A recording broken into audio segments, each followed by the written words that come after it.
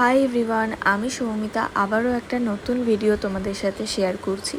এটা ছিল Sunday, last সানডের। তো সেই দিনও আমার স্টুডিও বুকিং তো ছিল। তো লাস্ট মোমেন্টে ফটোগ্রাফার ওয়েদারের জন্য বলেছিল কি যে শ্যুটটা হবে না, কারণ মেকআপ আর্টিস্ট সাউথের দিকে থাকে, তো আসতে পারবে না।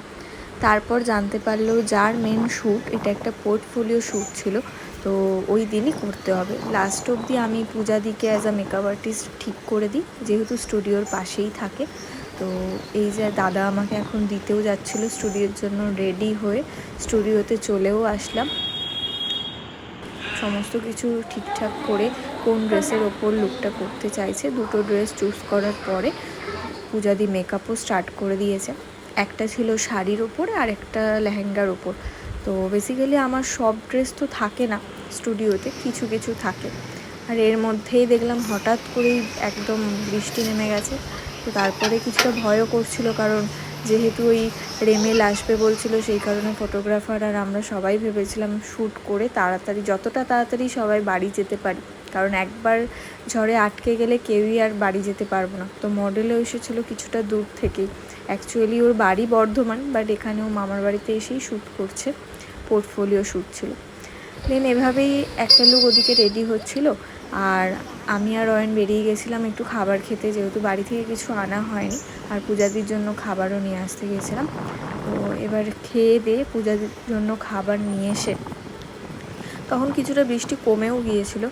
আর এই যে পূজাদি তখন অলরেডি সেকেন্ড লুকটা রেডিও করে ফেলেছে, দেখো তোমাদের দেখাচ্ছি। আর এই দুটো ড্রেসই কিন্তু আমার ড্রেস কালেকশন। এটা একটা লেহেঙ্গা রয়েছে ডিপ ব্লুয়ের ওপর, আর আগেরটা ছিল একটা হোয়াইট শাড়ির ওপর।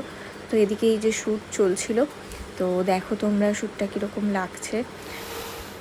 আর এই মডেলের এক্সপ্রেশন খুবই ভালো ছিল, খুবই, যদিও ওর পোর্টফোলিও করছিল, কিন্তু একদম নিউকামার নয়, ও এর আগেও অনেক শ্যুট করেছে। খুব ভালো এক্সপ্রেশন ছিল ওর, আর পূজাদির মেকআপও দুর্দান্ত করেছিল। আর এইসব করতে করতে বৃষ্টির জন্য আর ভিডিও করা হয়নি। এই যে বাড়িও চলে এসেছি, একদম বাড়ির সামনে।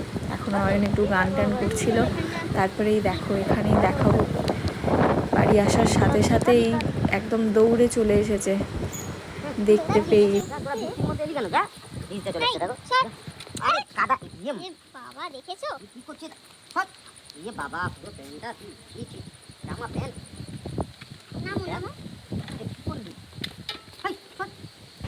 বাইকের আওয়াজ পেলেই এদের এই উৎপাতটা শুরু হয়ে যায়, প্রত্যেক দিনের ব্যাপার।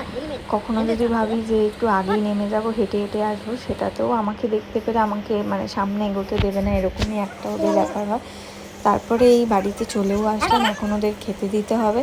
তো মা খেতে দিচ্ছিল, আর ঝড় বৃষ্টি তো শুরু হয়েই গিয়েছিলো। অয়ন কিছুটা ভিজে ভিজেই ওকে বাড়ি যেতে হবে, কারণ ওর বাড়ি সোদপুর আর আমার বাড়ি দমদম। তো বাইকে গেলেও কিছুটা ডিস্টেন্স তো রয়েছে।